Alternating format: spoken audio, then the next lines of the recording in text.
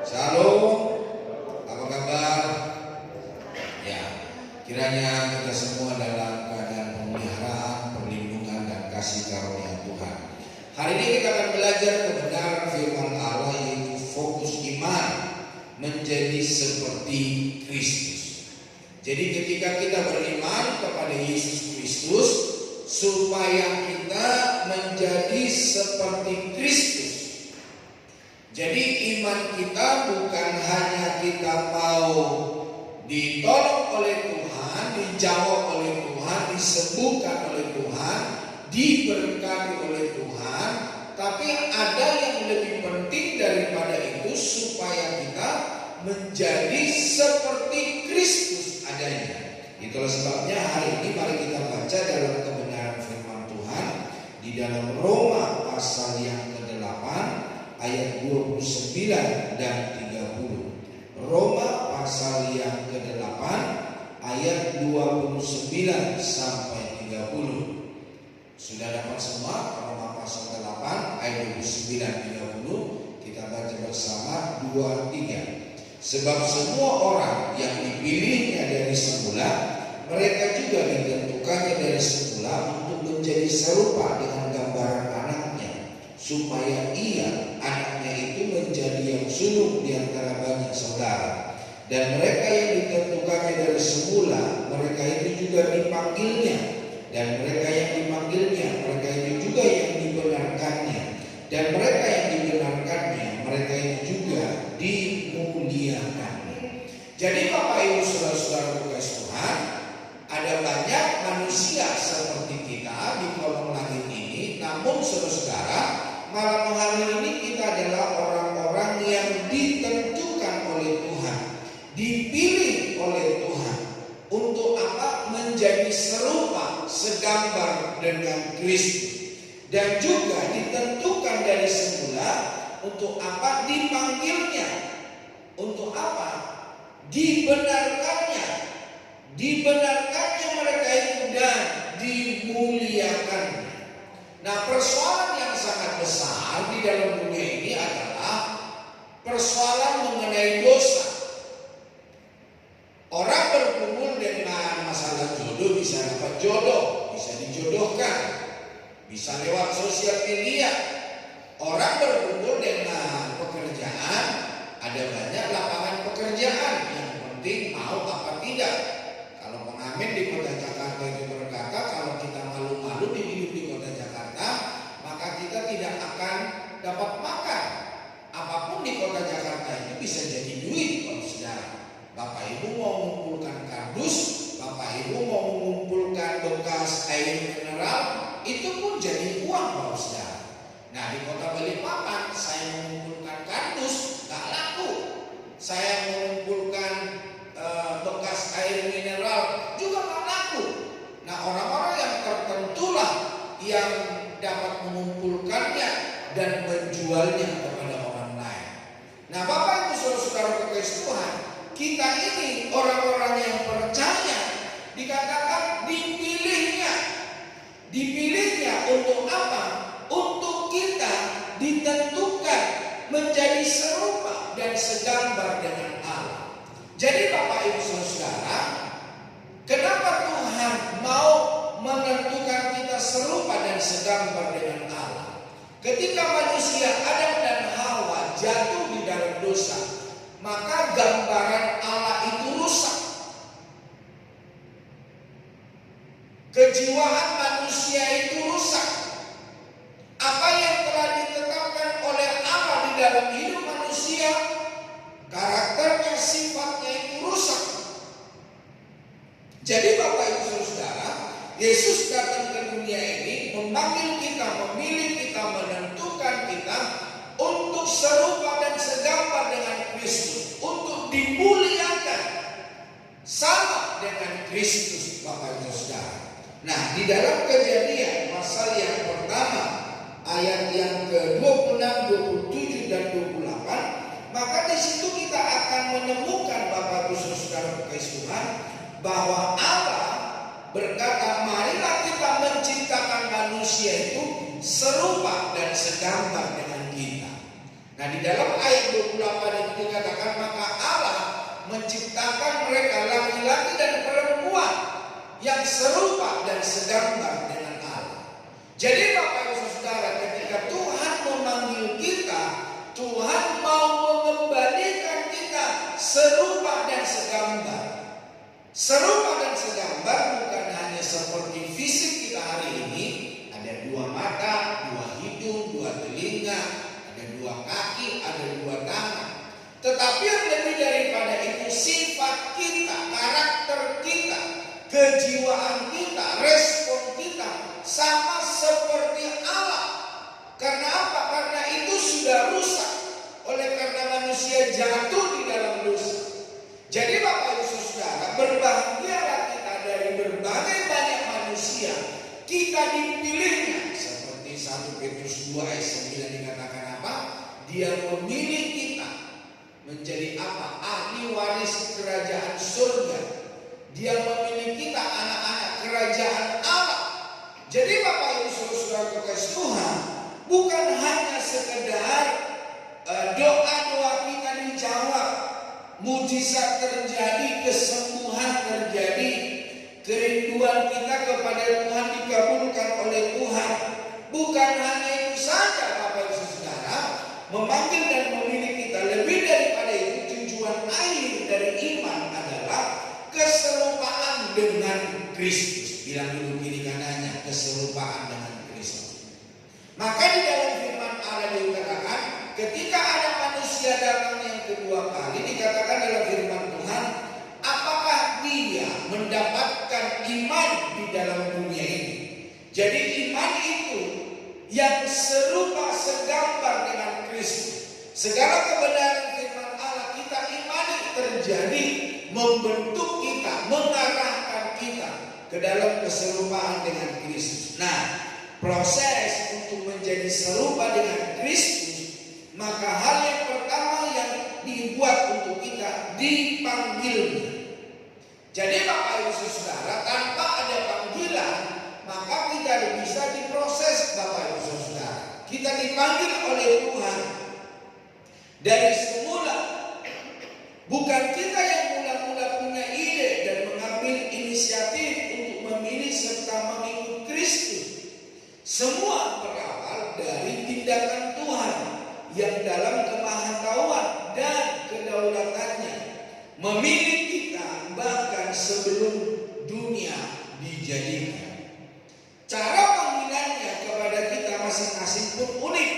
Ada yang seperti biasa-biasa saja, ada juga yang melalui peristiwa-peristiwa spektakuler, ada juga karena orang tua kita sudah menjadi Kristen, kita pun Kristen.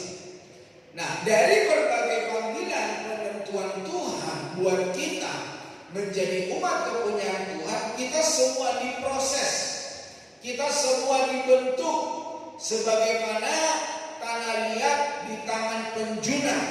Atau seperti minggu-minggu lalu, minggu kemarin kita sudah belajar seperti anak panah di tangan pahlawan, di mana dia meluruskan, dia membentuknya, memprosesnya.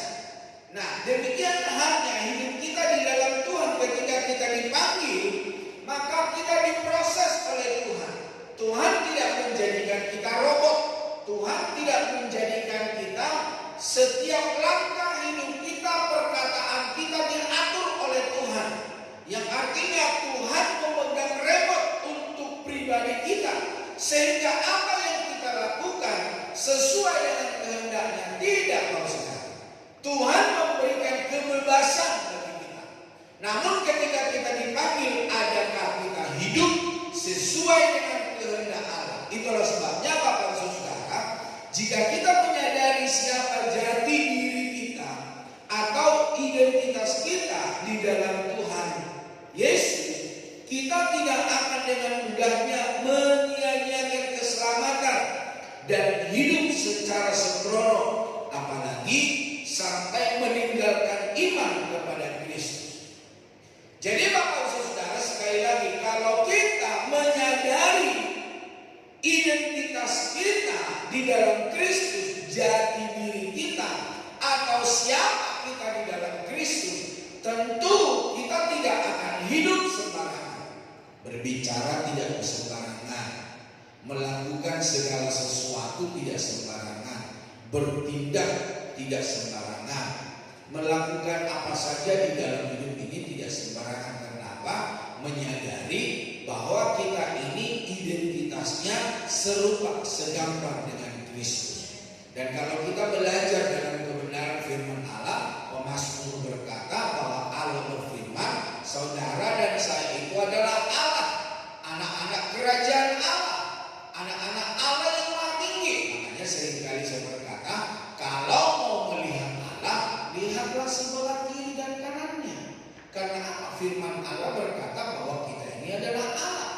Jadi Bapak Ibu Saudara, kalau kita dipanggil oleh Tuhan, jangan sembrono dalam hidup, jangan sembrono dalam perkataan. Kalau dunia perkataannya negatif, kalau dunia perkataannya kotor, tentu kita sebagai orang-orang yang telah dipanggil dan dipilihnya, ditentukannya, dibenarkannya, dipermuliakannya, tentu kita harus hati-hati dengan hidup ini.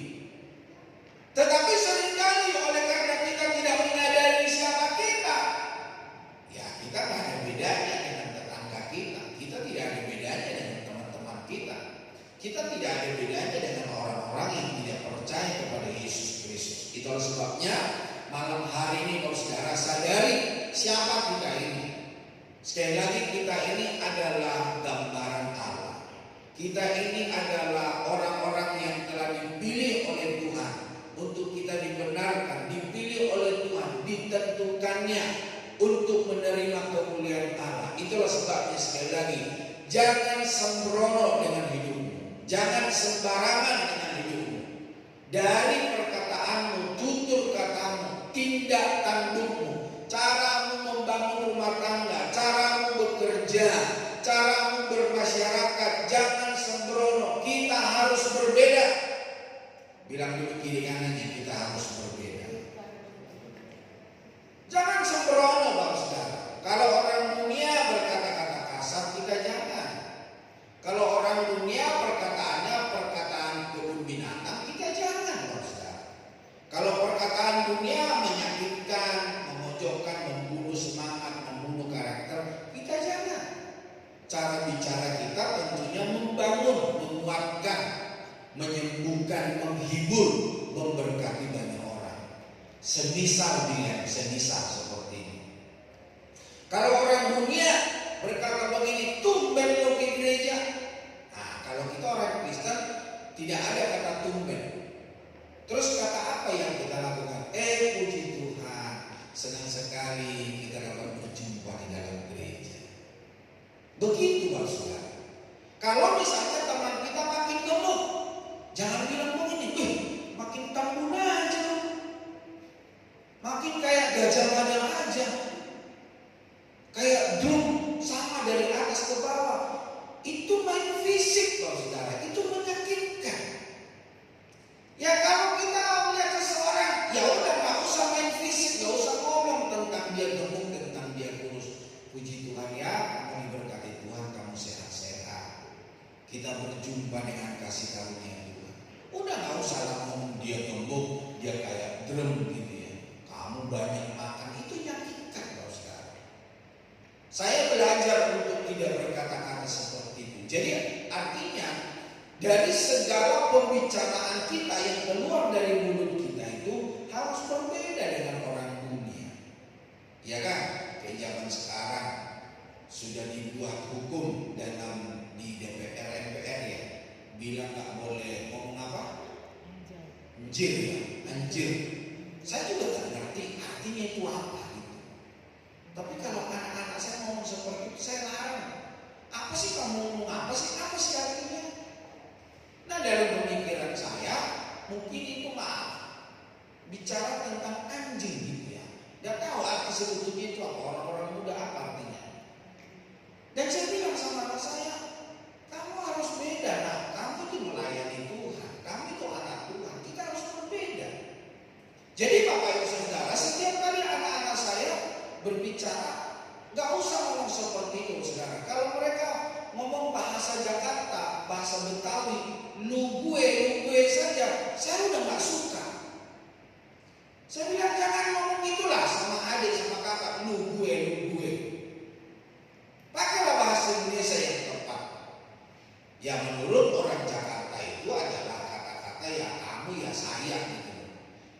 bilang janganlah. Jadi Bapak Ibu Saudara, yang menurut saya mungkin itu tidak baik, tapi menurut orang lain baik. Artinya mari kita hidup berbeda, Bapak Saudara. Cara kita berbicara, cara kita bertindak, apa saja yang ada di luar sana. Ketika kita bermasyarakat, ketika kita di marketplace, ketika kita bersahabat dengan orang lain, kita harus berbeda, Bapak Saudara. Ada temanku itu kalau dia bekerja keluar kota, suka ditawarkan wanita, Bapak Saudara. Dan dia berkata, aduh Pak Gem, saya selalu menolak, saya selalu menyingkir. Apalagi teman kerja merokok gitu, ditawarin rokok. Apalagi dia membawa pengusaha-pengusaha, tentu harus ikut merokok, harus ikut main perempuan. Tetapi dia bilang, aduh kalau saya enggak Pak Pendeta, saya enggak bagi-bagi. Jadi Bapak Ibu Saudara, sekalipun orang mungkin enggak menerima kita oleh karena kita hidup benar, ya udah kita harus pertahankan. Makanya Petrus berkata kita harus lebih takut kepada Allah daripada takut kepada manusia. Kita harus lebih melakukan perintah Allah daripada perintah manusia. Jadi Bapak Ibu Saudara, jangan sia-siakan hidupmu, jangan sembrono dengan hidupmu, karena engkau itu adalah orang penting di hadapan Tuhan. Engkau itu dipilih, ditentukan oleh Tuhan. Tidak sembarangan orang seperti kita, Bapak Saudara. Seperti mikrofon ini. Ada banyak mikrofon dengan merek yang sama, dengan tipe yang sama. Tapi mikrofon yang saya pegang ini khusus di gereja dipakai khusus, dan saya khususkan untuk saya berkhotbah, Saudara. Nah ini dipilih waktu itu Pak Arifuddin yang belanja. Jadi Pak Arifuddin memilih mikrofon ini dipakai khusus untuk di gereja. Sama halnya kau dan aku. Banyak orang satu suku dengan kita di luar sana. Banyak orang tipe-tipe kayak begitu, kayak kita maksudnya kayak bahasa Jakarta sedikit kita. Banyak orang hitam seperti kulitku, buncit perutnya seperti aku, tapi aku dipilih oleh Tuhan. Untuk diriku sendiri tidak apa-apa, tapi aku kan ngomong tentang orang lain gitu ya Bapak Rene. Jadi Bapak Ibu Saudara kekasih Tuhan, ada banyak orang seperti kita, tapi hari ini kita dipilih oleh Tuhan dan berbahagialah kita. Dan di dalam pilihan Tuhan, tentu kita harus hati-hati dengan hidup ini, hati-hati dengan perkataan kita.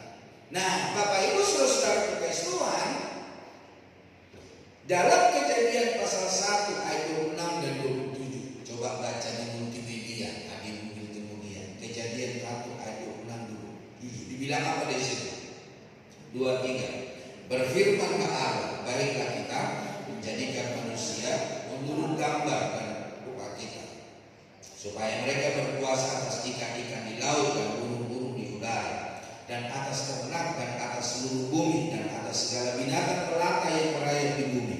Maka Allah menciptakan manusia itu menurut gambarnya, menurut gambar Allah diciptakannya dia, laki-laki dan perempuan diciptakannya mereka. Jadi Bapak Ibu Saudara, apa yang dibilang oleh siapa ya? Jadi lupa saya. Yang bilang katanya manusia itu dari monyet, Darwin. Iya, enggak lah. Dia aja yang dari monyet. Kalau saya enggak. Firman Tuhan berkata kita itu serupa, segambar dengan Allah. Jadi jangan percaya dengan Darwin, percayalah firman Allah. Kita itu gambarannya Allah, blueprintnya Allah, Saudara. Serupa, segambar. Artinya sekarakter, seperilaku, serespon. Jiwa kita, watak kita sama seperti Allah, gak jauh bedanya. Jadi ketika orang atau orang lain pengen melihat Allah, cukup melihat saudara dan saya. Amin. Cuma satu orang yang bilang amin. Kalau orang dunia mau melihat Allah, biarlah kita yang ada malam hari ini, mereka melihat kita karena apa? Ada karakter Allah di dalam hidup kita. Ada sifatnya Allah dalam hidup kita. Jangan sampai orang dunia berkata, ya gua mah lebih baik dari lu, ke gereja 2 kali lagi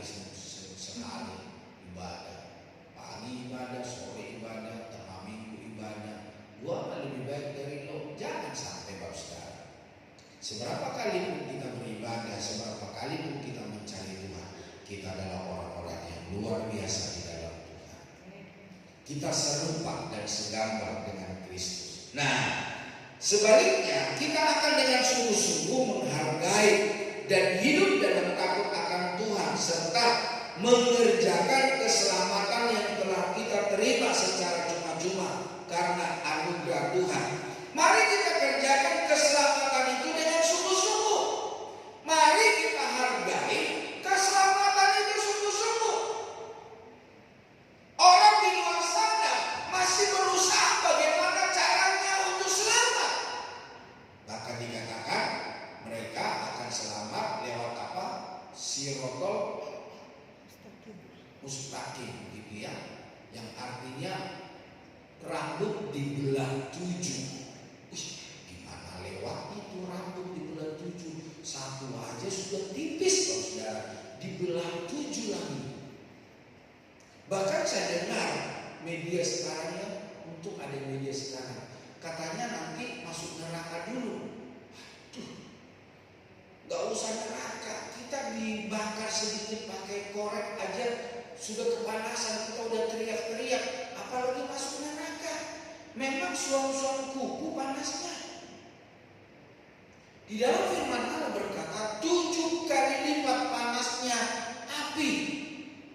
Ada yang belum pernah merasakan panasnya api? Ada? Halo, Bapak Ibu masih bersama saya? Pak Agus tolong ambil korek api, tes dulu satu-satu supaya tangannya bakar dulu Pak Agus, supaya tahu rasanya panasnya api. Apalagi 7 kali lipat. Hanya sekali saja loh saudara, jangankan api, bekas kompor, bekas belanga, bekas priuk atau perkakas dapur yang bekas panas saja kita udah langsung wow. Apalagi langsung dengan apinya loh saudara. Jadi Bapak Ibu Saudara kekasih Tuhan, sungguh-sungguhlah hargailah kasih dan anugerah Tuhan. Di dalam Filipi 2 ayat 12, coba baca di multimedia, bilang apa di situ? 2:3. Hai saudara-saudaraku yang kekasih, kamu senantiasa taat. Karena itu tetaplah kerjakan keselamatanmu dengan takut dan gentar. Bukan saja seperti waktu aku masih hadir, tetapi terlebih pula sekarang waktu aku tidak hadir. Kerjakan keselamatanmu dengan takut dan gentar. Kapan? Jika kita di gereja. Kapan? Jika kita di rumah. Kapan? Ketika kita di jalanan. Kapan? Ketika kita bekerja. Ketika kita bermasyarakat. Kapan? Ketika kita pergi dengan teman-teman kita. Kapan? Ketika kita di tengah-tengah dunia yang jahat, hanya kita yang percaya Yesus. Kerjakan keselamatanmu dengan takut dan gentar. Jangan menjadi bunglon. Bapak Ibu tahu bunglon? Ya, itu ada sejenis binatang, Pak Saudara. Binatang atau apa namanya? Ya binatang lah, hewan ya. Kalau bunglon itu di tempat hijau dia akan hijau, di tempat merah dia akan merah, di tempat coklat dia akan coklat. Jadi dia akan berubah-ubah. Nah kita nggak seperti itu Pak Saudara. Mengerjakan keselamatan dengan takut dan gentar, sekalipun kita di tengah-tengah orang-orang yang hatinya bengkok, perbuatannya bengkok, pikirannya bengkok, cara berpikirnya bengkok, kita harus berkata, firman Allah berkata, ya di atas iya dan tidak di atas tidak. Selebihnya itu datangnya dari si jahat, dari si iblis Bapak Saudara. Nah, kerjakan keselamatan dengan takut dan gentar. Sekalipun kita sendiri di tengah-tengah orang-orang berbuat dosa, tetaplah hidup benar. Bukan kita takut melakukan dosa karena ada suami, karena ada istri, karena ada anak, karena ada orang tua, karena ada hamba Tuhan. Enggak. Tapi karena kita takut dan gentar terhadap Tuhan. Karena firman Allah itu adalah Tuhan sendiri.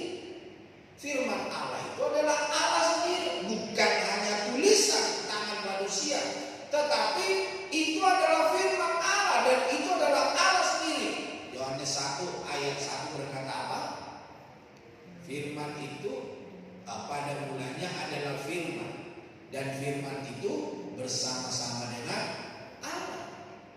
Jadi ketika kita memiliki firman Allah, maka Allah ada di dalam hidup kita, saudara. Nah, berikutnya kita dipilih dan ditentukan untuk menjadi serupa dengan Kristus. Barang siapa, di dalam firman Allah dikatakan, barang siapa mengatakan bahwa ia ada di dalam Dia, di dalam Kristus, ia wajib hidup sama seperti Kristus telah hidup. Itu ada di dalam firman Allah, saudara. Saya sengaja tidak tulis ayatnya supaya Bapak Ibu mencarinya. Itu kalimat itu adalah kalimat ayat firman Tuhan. Nah, kalau kita mengatakan bahwa kita ini ada di dalam Yesus Kristus, kita wajib hidup sama seperti Kristus telah hidup. Wajib, bukan pilihan, bukan. Bukannya kalau saya senang saya melakukannya, kalau saya tidak senang saya tidak melakukannya. Kalau saya diberkati saya melakukannya, kalau aku nggak diberkati aku nggak melakukannya. Kalau aku sakit aku nggak melakukannya, kalau aku sehat baru aku melakukannya. Enggak. Wajib, saudara. Tidak bisa ditawar-tawar. Tidak bisa ditawar-tawar. Wajib, harus, kudu.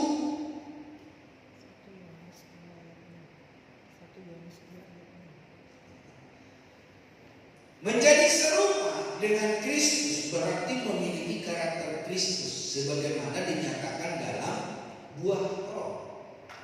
Nah, kira-kira apa itu buah roh? Galatia 5 ayat 22 sampai 24 ada di multimedia supaya cepat. Coba baca bersama, dikatakan apa? Tetapi buah roh ialah kasih, sukacita, damai sejahtera, kesabaran, kemurahan, kebaikan, kesetiaan, kelemah lembutan, penguasaan diri. Tidak ada hukum yang menentang hal-hal itu. Barang siapa menjadi milik Kristus Yesus, ia telah menyalibkan daging dengan segala hawa nafsu dan keinginannya. Barang siapa menjadi milik Kristus Yesus, ia telah menyalibkan daging dengan segala hawa nafsu dan keinginannya. Ketika seseorang sudah ada di dalam Kristus Yesus, yang nampak itu adalah karakter Kristus. Yang nampak itu adalah sifat Kristus. Apa itu karakter Kristus? Apa itu sifat Kristus? Nah, di dalam Galatia 5 ayat 22 itu dikatakan penuh kasih. Nah, bagaimana dengan kita? Kasih kita bagaimana? Kasih kita terhadap pasangan kita, terhadap istri, terhadap suami, terhadap anak-anak. Oh, dulu Pak, kasih saya itu sama istri saya luar biasa waktu kita pacaran. Kasih kita sama pasangan kita bukan hanya waktu pacaran. Dulu waktu pacaran loh, kaki pasangannya misalnya yang perempuan terantuk ke batu atau terpleset, terus prianya dapat cepat-cepat dielus-elus kakinya. Aduh sayang, aduh sakitnya sayangnya, dielus-elus, dipijitin. Begitu ya Ibu Aksari, diobati gitu ya. Aduh sayang, cukup, jangan nangis ya, aku ada di sini ya, mantap. Tapi ketika udah punya anak 2, anak 3, nikah 20 tahun, kakinya terantuk, bukan kata-kata kasih sayang lagi, bukan perhatian seperti dulu lagi. Malah sekarang perkataannya sudah mulai kasar. Ditanya sama istrinya, emang mata lu di mana? Begitu aja batu kecil kamu kok bisa tersandung? Loh, mata istri, mata pasangan kita itu tetap ada di kepala, Pak. Dia tak akan pindah ke jidat. Dia tetap ada di situ. Artinya begini, seringkali oleh karena lamanya kita hidup, akhirnya jadi perkataan kita berubah, kasih kita berubah.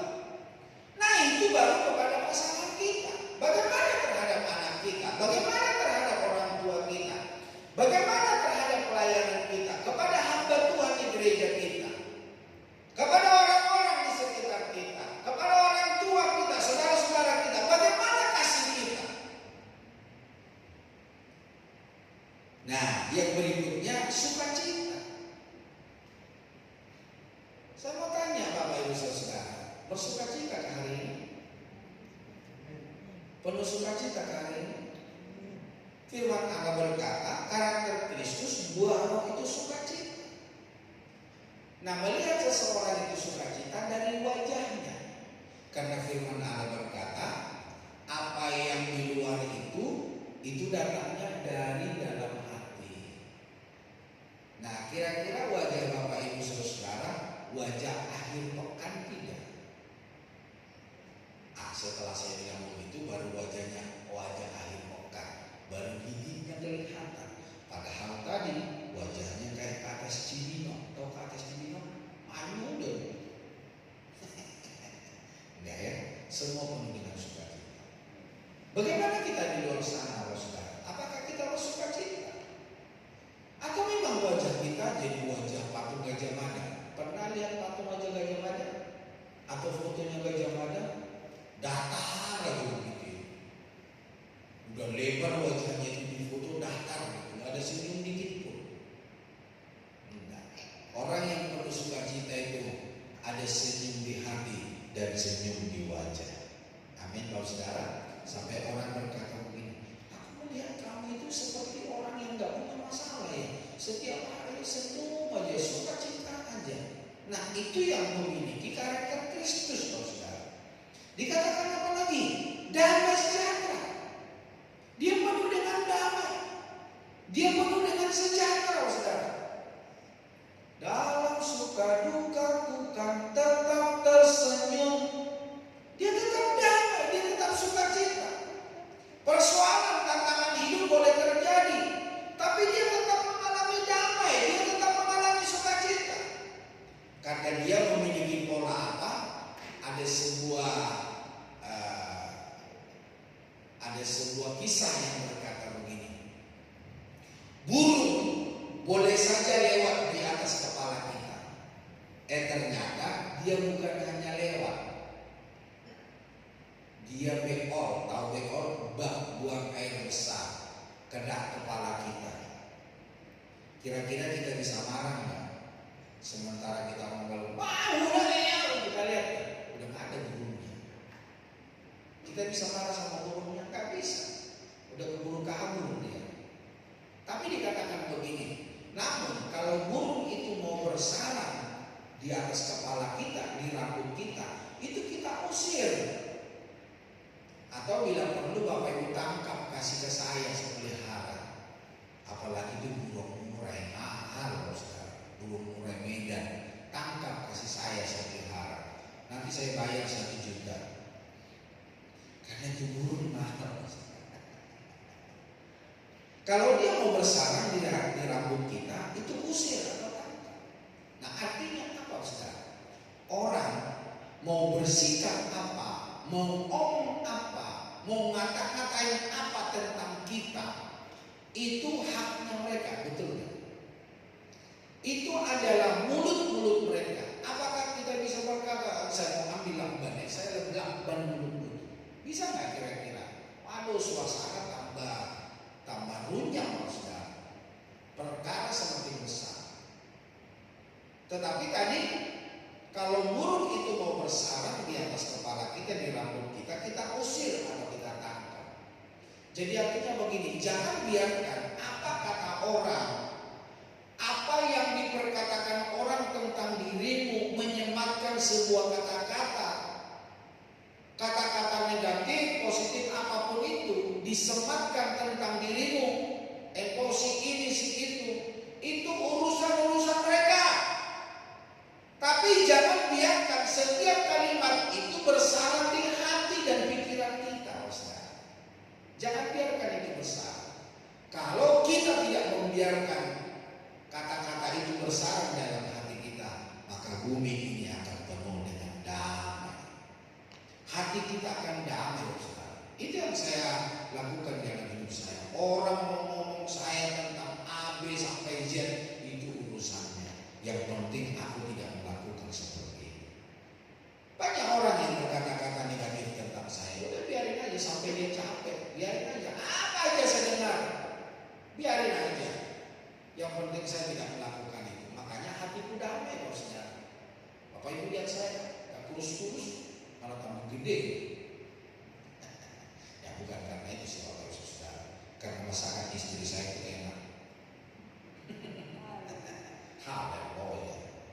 damai sejahtera, kesabaran. Bukan menjadi orang atau orang Kristen yang gampang marah, dikit-dikit marah, dikit-dikit marah, dikit-dikit ngamuk. Boleh nggak marah? Boleh lah.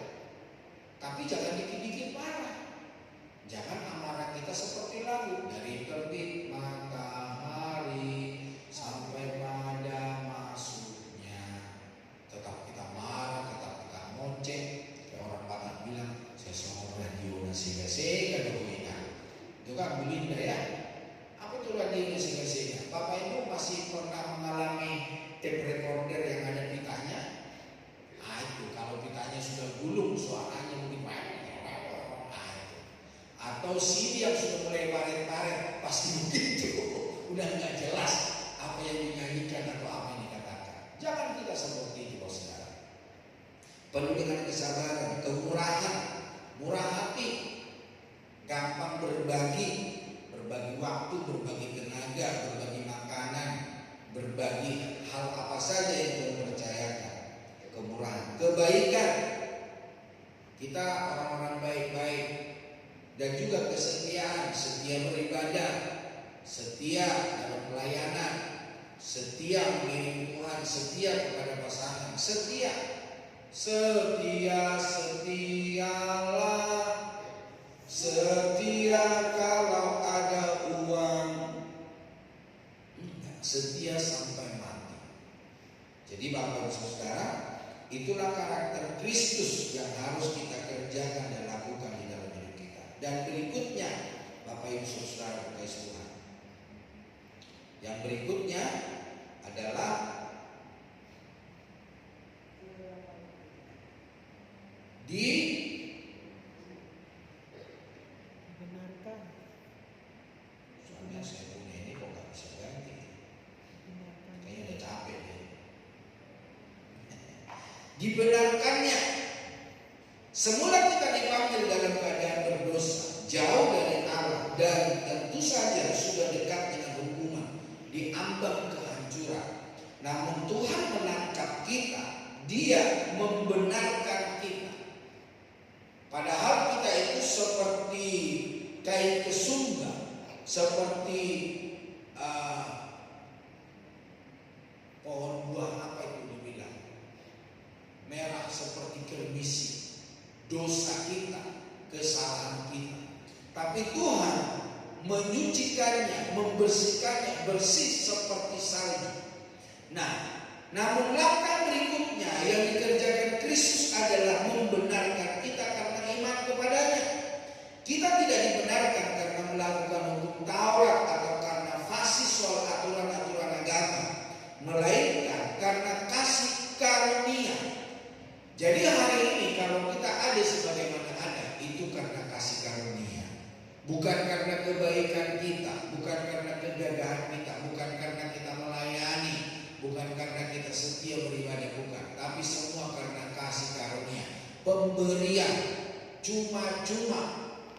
Jadi sekalipun kita tidak baik, sekalipun kita tidak setia, Dia tetap baik, Dia tetap setia. Dia memberikan yang terbaik bagi kita, memberikan pengampunan. Dia membenarkan kita. Dia menentukan kita menjadi orang yang benar. Nah, di dalam Roma 11 ayat 17 sampai 19, coba baca bersama. Di dalam Roma 11 ayat 17 sampai 19, firman Allah berkata, karena itu apabila beberapa cabang telah dipatahkan dan kamu sebagai tunas liar telah dicangkokkan di antaranya dan turut mendapat bagian dalam akar pohon zaitun yang penuh getah, janganlah kamu bermegah terhadap cabang-cabang itu. Jikalau kamu bermegah, ingatlah bahwa bukan kamu yang menopang akar itu, melainkan akar itu yang menopang kamu. Mungkin kamu akan berkata, ada cabang-cabang yang dipatahkan supaya aku dicangkokkan di antaranya sebagai tunas. Nah, Bapak Ibu Saudara, pokok anggur yang benar itu adalah Allah, Tuhan Yesus Kristus, dan cabang-cabangnya adalah suku Yehuda, orang Israel.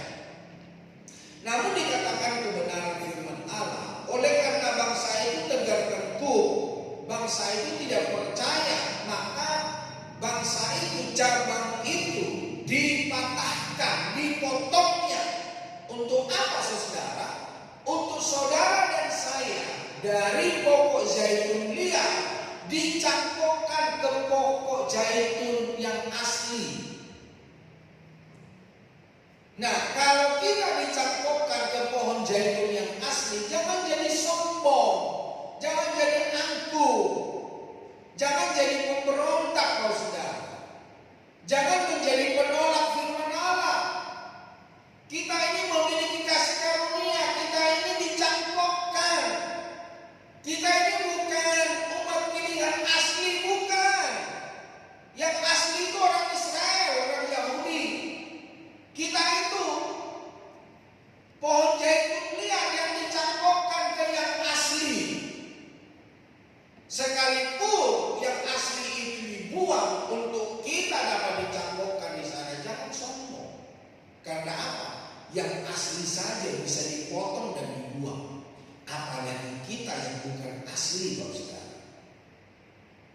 Jadi Bapak Ibu Saudara, sekali lagi jangan menyia-nyiakan kasih karunia Tuhan. Ayat 20 dikatakan apa? Ayat 20. Baiklah, mereka dipatahkan karena ketidakpercayaan mereka, dan kamu tegak tercacat karena iman. Janganlah kamu sombong, tetapi takutlah. Sebab kalau Allah tidak menyayangkan cabang-cabang asli, Ia juga tidak akan menyayangkan kamu. Sebab itu perhatikanlah kemurahan Allah dan juga kekerasannya, yaitu kekerasan atas orang-orang yang telah jatuh. Tetapi atas kamu kemurahannya, yaitu jika kamu tetap dalam kemurahannya. Jika tidak, kamu pun akan dipotong juga. Yang asli aja yang bangsa Israel aja dibuang, apalagi saudara dan saya. Jadi jangan sombong dengan hidup ini, jangan sombong dengan kekristenan ini, jangan angkuh dengan kekristenan ini. Kita itu bukan pokok anggur yang asli, bukan cabang-cabang asli.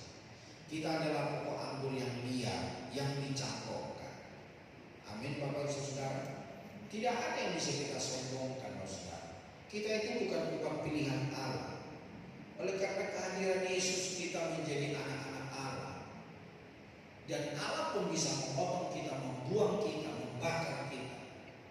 Yang asli aja, umat pilihannya saja, umat perjanjian saja, masih tetap dibuang karena mereka tidak percaya, tidak menurut. Apalagi saudara dan saya.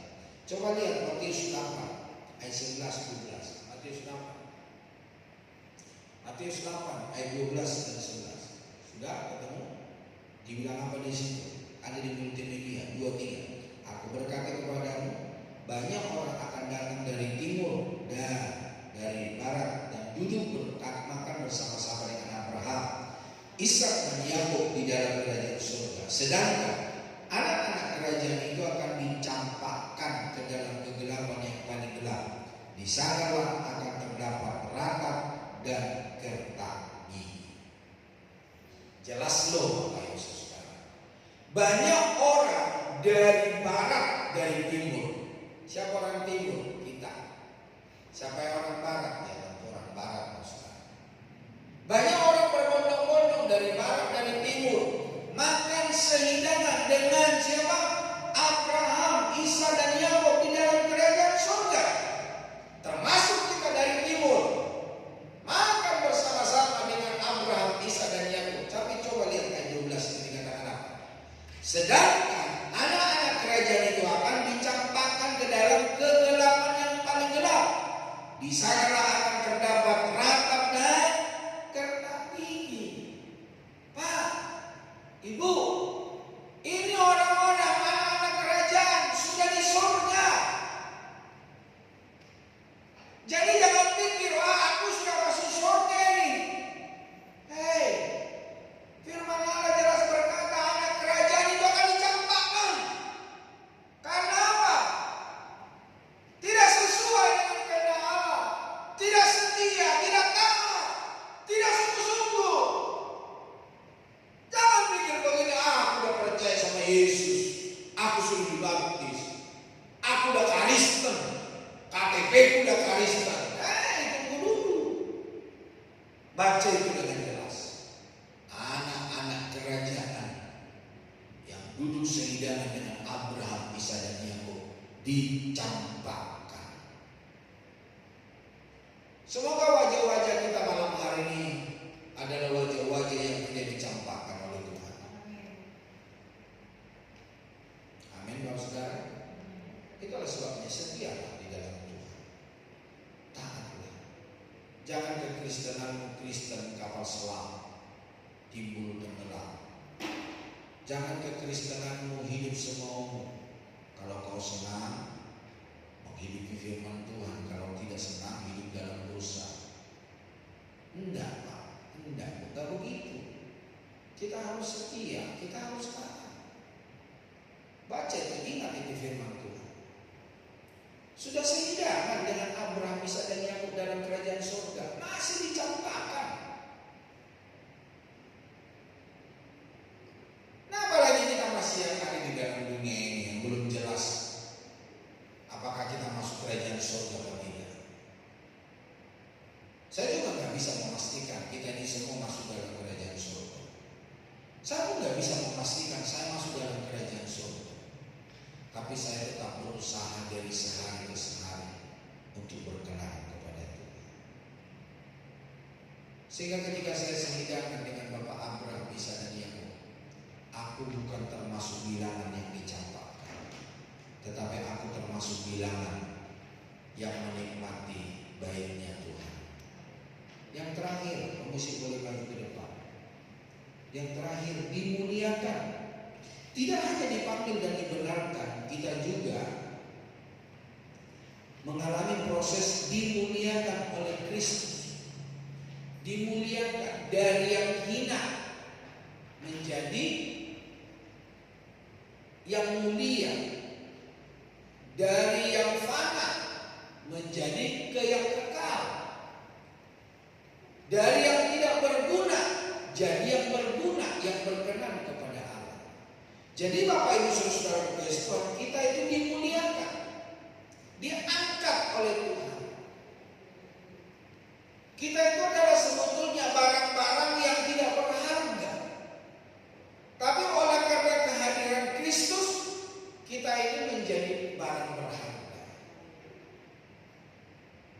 Suatu saat Bapak Ibu Saudara, ada sebuah kisah, ada sebuah kerajaan, kalau saya tidak salah itu di India atau di mana gitu ya. Nah, kerajaan itu anak raja ini memesan kue tart, kue ulang tahun dengan harga 1,5 M. Saya nggak bisa bayangkan kue tart harga 1,5 M. Mahal itu minta ampun. Tapi apa yang terjadi, Saudara? Sebelum kue tart itu sampai di tangannya yang memesan, itu kue itu jatuh, Saudara, ke tangan. Saya mau bertanya kepada Bapak Ibu Saudara, kira-kira kue itu masih dipakai enggak? Enggak. Apalagi orang kaya, 1,5 M. Saya pikir mungkin ada emasnya itu, digerus emas, dilapisin emas, 1,5 M. Nanti lihat di Google, ada itu di Google. Tapi ada juga yang harga 450 juta. Ih, mahalnya ya. Nah, yang 1 M, 1,5 M aja ketika dia jatuh udah gak dipakai loh sekarang. Bagi kita mungkin, aduh sayang ya, belum 5 menit diambil dulu sebagian, harganya 1,5 M. Baru kali ini saya makan kue tart harga 1,5 M. Bapak Ibu Saudara, harga kita bukan hanya 1,5 M. Allah yang menciptakan langit dan bumi memberikan hidupnya demi keselamatanmu dan keselamatanmu, demi pengampunan dosa buat kita, Saudara. Nah, kalau seseorang memiliki obsesi menjadi orang kaya, dia pengen memiliki rumah besar, apartemen mewah, ada kolam renangnya, dia punya helipad, memiliki villa, yang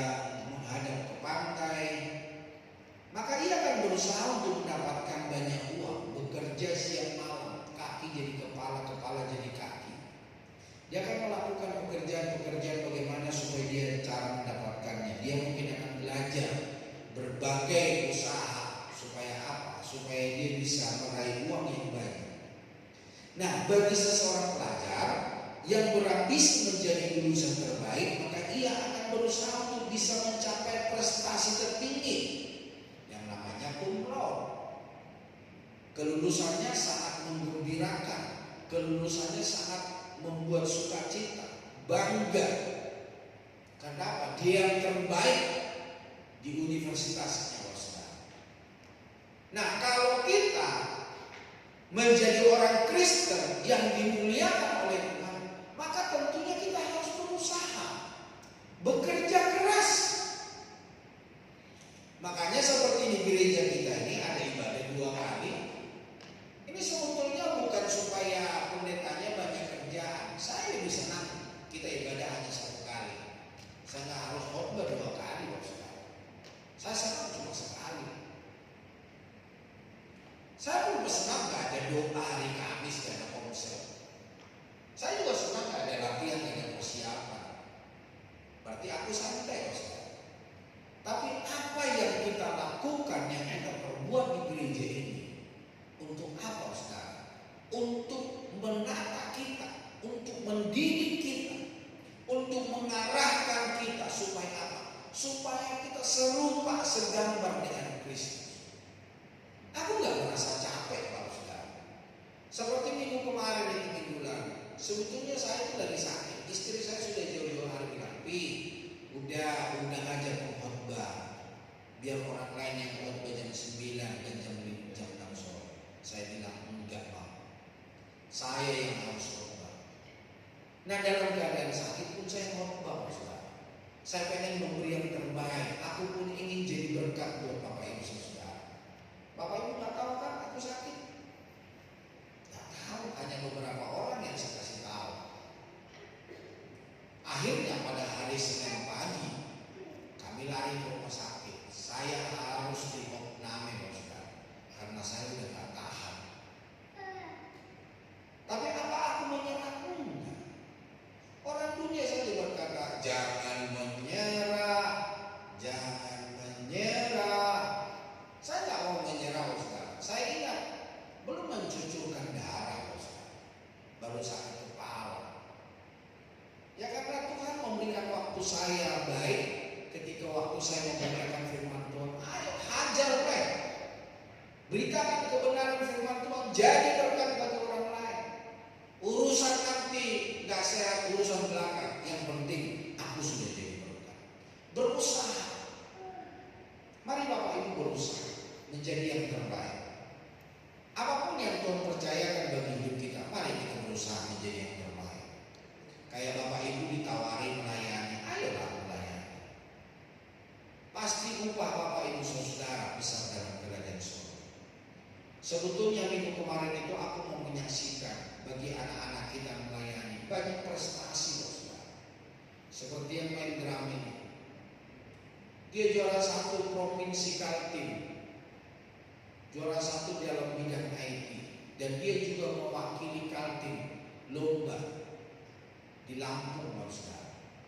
Ini anak gue ini pemain keyboard, juara 1 di kelasnya. Pemain bass ini juara 1 di kelasnya juga. Ada juga anak kita yang lagi belajar kedokteran di Manado.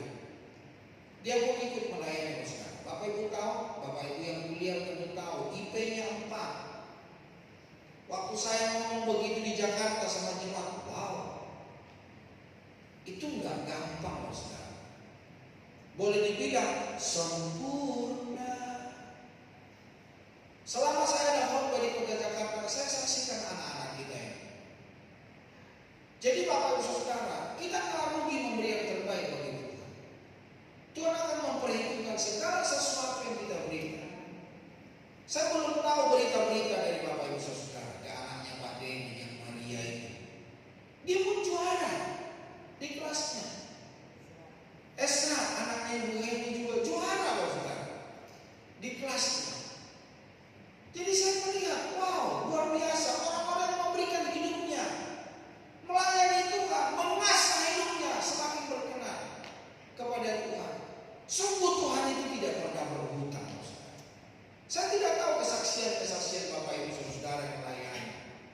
sampai 2 kali ibadah, memberikan waktu, memberikan uang, mendampingi pengembalaan di gereja ini.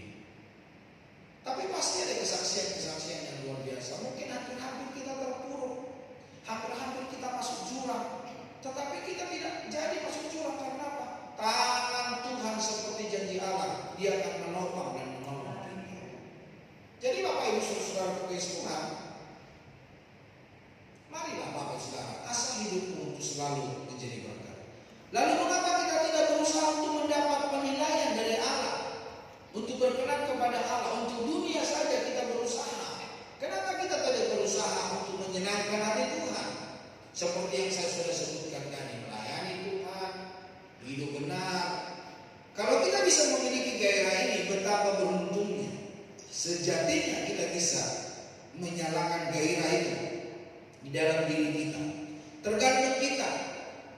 Jangan dibodohi oleh diri sendiri dengan catatan atau pikiran iblis, yaitu saya tidak mungkin bisa berkenan, saya tidak mungkin bisa kudus, saya tidak mungkin bisa hidup dalam kebenaran firman Allah. Memang kita secara pribadi tidak bisa, tetapi bersama dengan Tuhan oleh kuasa Roh Kudus memampukan kita hidup sesuai dengan kehendak Allah. Kalau kita berkata saya tidak bisa, saya tidak mampu, tidak mungkin, berarti kita mengunci untuk kita tidak bisa berubah seturut dan segambar dengan Kristus. Oke, udah hampir saya 1 jam terakhir. Kemuliaan yang diberikan Kristus bersumber dari Bapa, pemilik segala kemuliaan. Kemuliaan yang bukan berasal dari kefanaan dunia. Betapa karyanya bagi kita adalah karya yang utuh dan sempurna. Tujuan dari pemulihan itu adalah agar kita bisa menyebarluaskan kemuliaan itu bagi dunia. Mengapa Tuhan memilih kita? Mengapa Tuhan memuliakan kita? Mengapa Tuhan membentuk kita? Kita ini adalah wakil-wakil kerajaan Allah. Kita ini adalah duta-duta kerajaan Allah. Kita ini adalah gambaran Allah. Lewat hidupmu dan hidupku, orang dunia dapat melihat Allah itu hidup. Itulah sebabnya ketika kita dipanggil, dipilih, dibentuknya, marilah kita menjadi seorang tanah liat di tangan pencuna, atau seperti